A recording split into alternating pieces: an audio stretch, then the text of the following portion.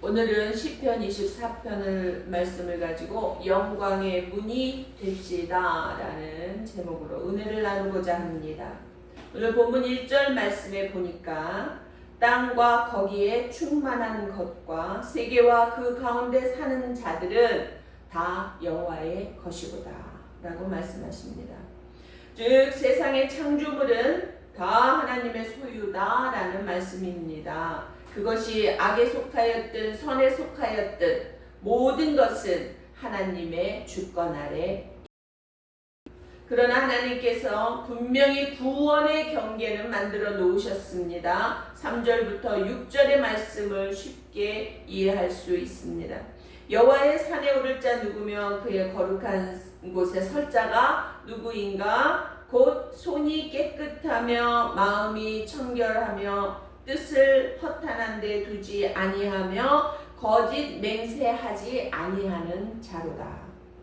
그는 여호와께 복을 받고 구원의 하나님께 의를 얻으리니 이는 여호와를 찾는 족속이요 야곱의 하나님의 얼굴을 구하는 자로다. 이와 같은 자들을 하나님께서 보신다라는 겁니다. 많은 기독교인들이 혼동하며 이해가 부족한 부분들이 있습니다. 그것은 하나님의 계명과 구원과 복의 관계성입니다. 먼저 알아야 할 것은 이스라엘 민족은 복음 전파의 목적으로 하나님께서 택한 그 복음의 채널이에요. 사실은 그래서 그들을 선민, 먼저 택한 민족이라는 거죠. 선민이라고 했습니다. 그 선민의식이 아직도 너무 강해서 이스라엘은 그 복음, 예수가 그리스도이신 것을 받아들이지 못하고 있습니다. 그 잘못된 의식인데 지금 현재도 그러고 있습니다. 복음은 예수가 그리스도다, 그를 믿음으로 구원을 얻는다가 복음인 거예요. 그러나 선민인 이스라엘 민족 즉 유대인들은 예수를 영접하지 않았고 하나님께서 그 채널을 오히려 기독교 탄압자였던 바울에게 주셨어요. 그래서 바울을 통해서 이방인에게 복음의 전파의 길을 여셨던 겁니다. 스데반 집사를 죽이고 다메섹으로 기독교인들을 잡아 죽일 목적으로 아주 의기양양해가지고 행하던 그 무리들 가운데 사도 바울을 하나님께서 강한 빛으로 비추시며 불러 세웠습니다. 그리고 이방인들을 구원할 그릇으로 택해 주신 겁니다. 그래서 주님의 뜻을 따라 사도가 된 것이 바울입니다. 그 덕분에 복음이 전 세계에 전파되고 지금 우리도 구원의 반열에 서는 은혜를 입고 하늘의 복으로 이 땅을 살아가고 있습니다. 그런데 그 구원의 반열에 들기 위해 최소한 우리는 하나님의 사람, 인간이 되어야 합니다. 성경은 짐승에게는 구원이 없기 때문입니다. 선민이었던 유대인들은 이방인들을 짐승으로 여겼습니다. 어느 부분 그것은 하나님의 생각과도 상통하는 뜻인 것 같습니다. 왜냐하면 하나님의 뜻 안에 있지 않은 사람을 지렁이, 벌레, 짐승 등으로 표현하시는 하나님을 성경에서 우리는 볼 수 있기 때문입니다. 그렇다면 최소한 하나님의 사람, 인간이 되는 길은 바로 십계명입니다. 그것을 우리는 계명의 전부인 것으로 알고 있는데 그것은 하나님의 사람이 되는 최소한의 법입니다. 그것조차 지키지 못하는 성도는 사실 성도가 아닙니다. 성도, 거룩한 길을 가는 사람들 못 된다는 거죠. 그것조차 이루지 못하는데 전도의 대표적인 언어가 뭐냐면 예수 믿고 복 받으세요. 예수 믿으면 복 받는다. 그 복의 의미가 다양하죠. 깊기도 하고 넓기도 합니다. 맞습니다. 예수 믿으면 복 받습니다. 그러나 거기에 인간이 먼저 되어야 한다는 조건이 있다는 것을 전하는 자나 받는 자나 모르고 있다는 것에 문제가 있습니다. 사복음서에 보면 둘이 있다가 하나는 들림이 되고 하나는 남김이 됩니다. 즉 버림이 되는 그런 예화가 여러 군데 나옵니다. 그것은 구원의 전제가 예수 믿는 믿음 안에 있다는 것을 말하는 것입니다.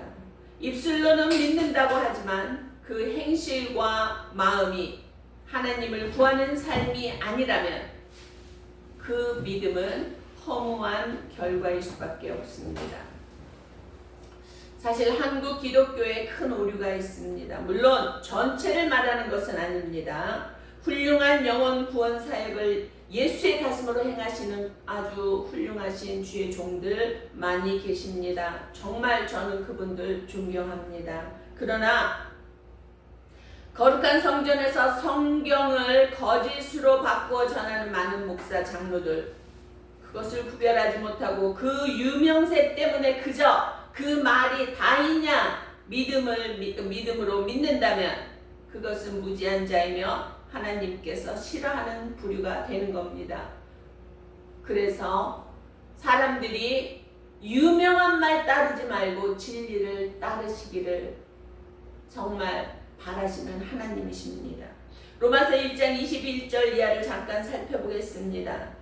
장서로부터 그의 보이지 아니하는 것들 곧 그의 영원하신 능력과 신성이 그가 만드신 만물에 분명히 보여 알려졌나니 그러므로 그들이 핑계하지 못할지니라. 하나님을 알되 하나님을 영화롭게도 아니하며 감사하지도 오히려 그 생각이 허망하여지며 미련한 마음에 어두워졌나니 스스로 지혜 있다 하나 어리석게 되어.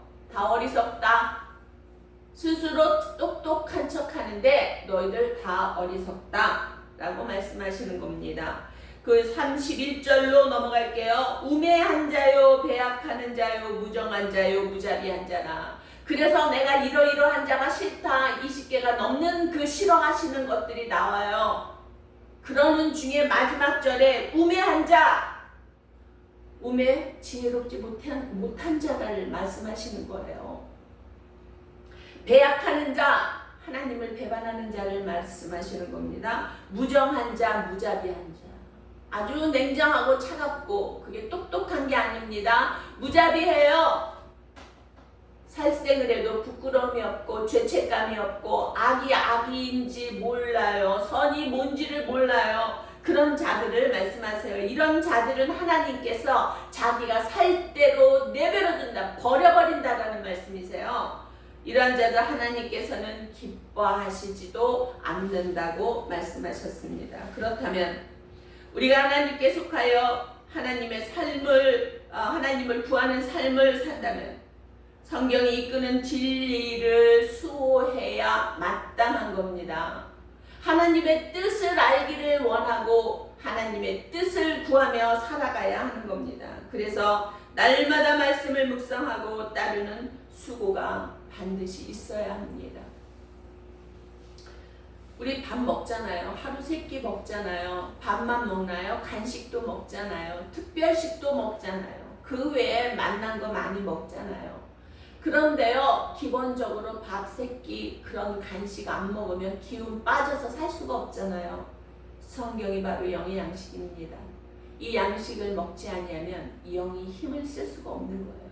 그래서 성경을 날마다 묵상하고 상고하고 생각하고 하나님의 뜻을 살펴야 하는 겁니다. 성도는. 그런데 힘겨움에 지쳐서 세상과 타협하는 것이 아니라 하나님의 얼굴을 구해야 하는 겁니다. 그래서 그런 자가 하나님의 성산에 오를 자, 그 자격을 얻는 자가 되는 겁니다. 그런데 세상에서 조차 유명한 몇몇 목사님들, 장로님들이 성경을 거스리는 차별금지법을 옹호하며 세상법의 테두리 안에서 창조 질서를 무너뜨리는데 앞장서고 있다는 겁니다. 너무 안타깝고 어찌 보면 참 무엇을 믿고 저러시는가 의아하기도 합니다. 그러나 아직도 하나님 편에 서서 성경의 말씀을 지키려는 주의 종들과 참 성도들의 기도가 수년간 이어지면서 그 차별금지법을 무산시키는 데 큰 역할을 해오고 있음이 사실입니다. 차별금지법은 그저 동성애자에 대한 허용을 말하는 것뿐만 아니라 피차 인간관계를 무너뜨리는 법입니다. 부끄러운 일은 부끄러워해야 합니다. 너무 아나무인이고 뻔뻔한 내가 뭘 그럴 수도 있지. 내로남불이라는 말이 있죠. 하도 그런 뻔뻔한 사람 때문에 그 말이 생겨났는데 하루 내로남불이 되는 겁니다. 내가 하면 로맨스고 남이 하면 불륜이래요. 내가 하는 모든 죄는 다 타당해. 그럴 수도 있어. 남이 하면 아니야. 조금만 흠집조차도 긁어 부스럼을 만들어서 침소 봉대를 만드는 그런 악한들을 이 세상에 지금 너무 인정하고 있다라는 게 너무 가슴이 답답하고 안타까울 뿐입니다. 그런데 어떻게 신뢰가 쌓이고 정을 쌓아갈 수 있겠습니까? 그런데 더욱 중요한 것은 하나님의 창조 질서를 무너뜨리는 법이라는 겁니다. 종교개혁이 만들어낸 자유민주주의를 무너뜨릴 수 있는 법이라는 겁니다. 차별금지법은 사단의 괴계입니다. 인권이라는 말이 언제부터 생긴 겁니까?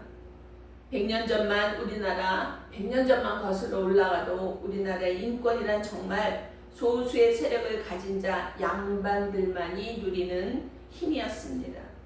그들 외에 인권을 가질 수 없었고 더군다나 종이나 천민이나 여자들은 인간 대접조차 받지 못했습니다. 기독교가 들어오고 나서 모든 사람에게 인권과 또한 여자들의 인권과 신분이 보장되기 시작한 겁니다. 그런데 이제 와서 창조 질서를 무너뜨리고 기독교의 기본 이념을 없이 하자고 하는 겁니다. 여러분, 매끄럽고 듣기 좋은 말에 속지 마시고 잘 분별해야 합니다. 거짓 선지자를 쫓아가면 망하고 마는 겁니다. 몰라서 그랬다라는 말은 심판하실 주님 오셨을 때 용서받고 이해받을 만한 변명이 되지 못합니다. 그러니 진리를 소화하기 위해 말씀으로 돌아가야만 합니다. 말씀으로 돌아가서 하나님이 누구신가를 알아야 하는 겁니다. 우매한 자 하나님께서는 좋아하지 아니하십니다. 어떤 얘기를 지난주에 들었는데 미국이 가보니까 어마어마하게 땅도 넓고 경치가 어마어마하게 좋아서 미국이 잽도 안 되겠더랍니다. 무슨 말씀을 하시는지 너무 화가 나서 벌컥 할래다가 제가 눌렀습니다. 자기의 생각이고 자기의 뜻이니 제가 뭐라고 화를 낼 일이 아닌 것 같아서 그 영혼을 그저 안타깝게 여기고 말았습니다. 중국에 하나님 계십니까? 하나님 없습니다. 그들은 지금 종교인들을 탄압하는 정책까지 쓰고 있습니다. 하나님을 탄압하고 있는 거예요.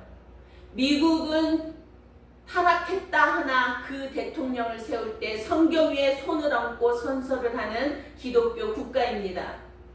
그렇다면 믿는 사람이라면 기독교 국가가 세계 강대국이 되어야 되는지 공산 국가가 세계 강대국이 되어야 되는지는 분별할 줄 알아야 되지 않겠습니까?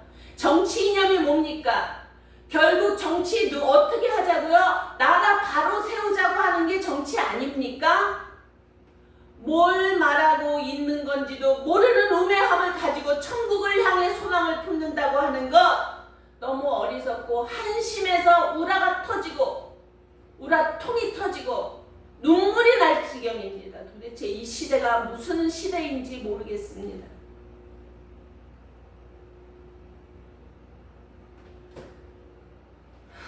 또 하나 회개는 얼마나 아름다운 단어인지 모르겠습니다. 우리는 이제 뭔가를 깨달았을 때 이거는 아닌 것 같아 회개해야 합니다. 하나님은 미쁘사 회개하는 자를 용서하시고 그 죄를 다 없다 하신다고 성경에 말씀해 주십니다. 그 회개는 말뿐인 회개가 아니라 진실한 회개, 삶이 변화되는 회개, 하나님 앞에 살아가기를 작정한 회개를 말하는 겁니다. 입술로만 회개하는 거 아니에요. 삶이 변화되어야 합니다. 그러나 성경은 또한 다시 말씀하십니다. 시편에 보면 주께서 각 사람이 행한 대로 갚으시리라. 마태복음에도 인자가 아버지의 영광으로 그 천사들과 함께 오리니 그때 각 사람이 행한 대로 갚으리라. 계시록에도 22장에 보라 내가 속히 오리니 내가 줄 상이 내게 있어 각 사람에게 그가 행한 대로 갚아주리라. 시편의 99편 보면 여호와 우리 하나님이여 주께서 그들에게 응답하시고 그들의 행한 대로 갚기는 하였으나 그들을 용서하신 하나님이십니다. 아시겠습니까? 하나님은 그런 분이십니다. 반드시 행한 대로 갚으세요. 반드시 갚으실 겁니다. 그럼에도 그들을 용서하시는 하나님이십니다. 회개가 이런 거예요. 이렇게 그 벌은 받을 수 있으나 회개하면 용서하시는 하나님이시라는 겁니다. 인간사에서도 인간 세상에서도 그 행위에 대한 처벌은 반드시 받아야 하는 과정이 있습니다. 쉬운 예로 구약에서 사람을 죽였으면 그도 죽어야 했습니다. 세상 법이기도 하고 그때는 하나님의 법이기도 했습니다. 그러나 예수께서 우리 죄를 대속해 주신 후에는 죽임 대신 그에 상응하는 벌을 받기는 하나 회개했을 때 용서해 주신다는 겁니다. 역으로 생각해 보겠습니다. 예수를 믿는다고 믿음 생활을 시작했습니다. 그런데 성실하지도 못하고 늘 쉬운 길을 택하고 몸이 편한 방법으로 살아가고 내게 유익 있는 쪽으로만 믿음하고 상관없는 삶을 살았다면, 자기 십자가를 지는 삶이 아니었다면 주님 오시는 그날에 참 부끄럽지 않겠습니까? 나의 삶이 기독교를 개독교로 만드는 삶이라면, 그 나의 삶이 기독교를 욕되게 하는 원인이 되는 삶이라면 하나님께서 그 믿음을 진실한 믿음으로 보시겠는가 하는 것입니다. 예수를 믿으면 복 받는다는 말만 하지 말고 교회는 바른 말씀, 진리의 말씀 가르치고 복 받으라 말만 하지 말고 정말 복 받을 길을 바르게 가르쳐야 합니다. 고린도전서 6장 19절 이하를 보니까 너희 몸은 너희가 하나님께로 받은 바 너희 가운데 계신 성령의 전인 줄을 알지 못하느냐. 너희는 너희의 것이 아니라 값으로 산 것이 되었으니 그런즉 너희 몸으로 하나님께 영광을 돌리라. 우리의 삶은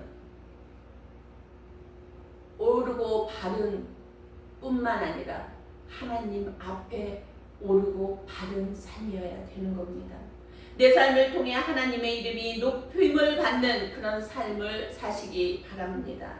그리고 목회자들도 선택받은 것을 너무 누리려고만 하지 마시고, 선교제에서 한번 미국 선교사하고 얘기를 나누는데 그가 뭐 크게 표정으로는 비웃는 것 같지 않은데 그 말을 듣고 저는 많이 부끄러웠습니다. 한국 목사님들은 너무 높이 앉아 계시대요. 너무 높대요. 무슨 말이에요? 너무 높으세요. 너무너무 거룩하세요. 시쳇말로. 그런 얘기를 듣고 참 부끄러웠습니다. 그래서 그 목회자들 선택받은 그 자리에서 좀 더 내려오시기 바랍니다. 주님께서 촛대를 옮기시기 전에 내려오시는 것이 좋지 않겠습니까? 가모니설로 성도들의 마음을 훔치기보다 뼈 때리는 진리로 이 영혼을 바로 세우는 바른 청지기의 역할을 하셔야 되지 않겠습니까? 야고보서 2장에 보니 어떤 사람은 말하기를 너는 믿음이 있고 나는 행함이 있으니 행함이 없는 내 믿음을 내게 보이라. 나는 행함으로 내 믿음을 내게 보이리라. 맞습니다. 믿음은 생활 속에서 보여져야 하는 겁니다. 말로만 믿는 것, 교회 출석만 하는 것은 믿음이 아닙니다. 단언코.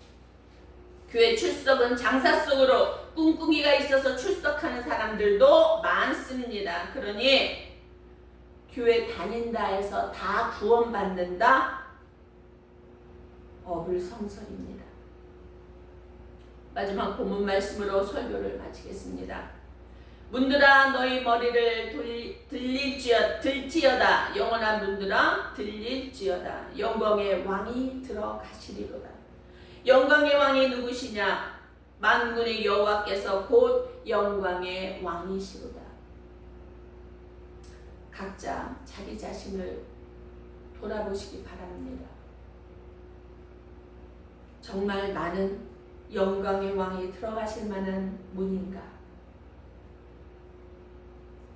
그 문을 온전하게 세우기 위하여 우리는 하나님의 뜻이 무엇인가를 먼저 알아야 됩니다.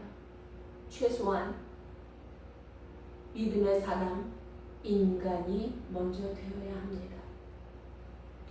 이 한 주간도 나로 인하여 주님의 이름이 높임 받으시고 세상도 감동할 만한 믿음의 그런 삶의 자세를, 그런 행실들로 주님을 맞이할 수 있는 영광의 문이 되는 저와 여러분 되시기를 주님의 이름으로 축복합니다. 기도하시겠습니다. 사랑의 하나님 아버지, 저희들을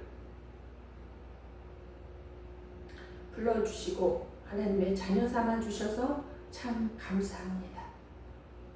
그런데 저희들이 그저 불러주심에 감사하며 우리가 크리스찬이라는 이름을 가졌다는 것만으로 만족하며 아버지의 뜻을 알지 못하고 분별력도 없고 지혜도 없고 말씀도 없는 삶을 살아가는 모양들이 너무도 많이 있습니다.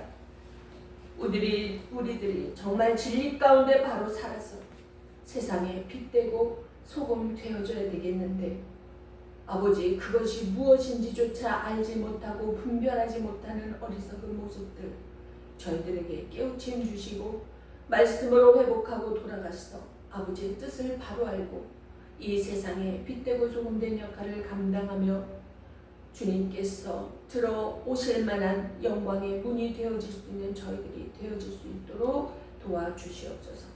이 한 주간도 성령 충만함으로 허락해 주시사 믿음의 승리를 이루며 끝까지 믿음을 지켜나갈 수 있는 성장하는 믿음의 사람들이 되어질 수 있도록 하나님 앞에 신령과 진정으로 예배드리는 모든 믿음의 자녀들 위에 함께하여 주시옵소서. 감사를 드렸고 예수 그리스도의 이름으로 기도하옵나이다. 아멘.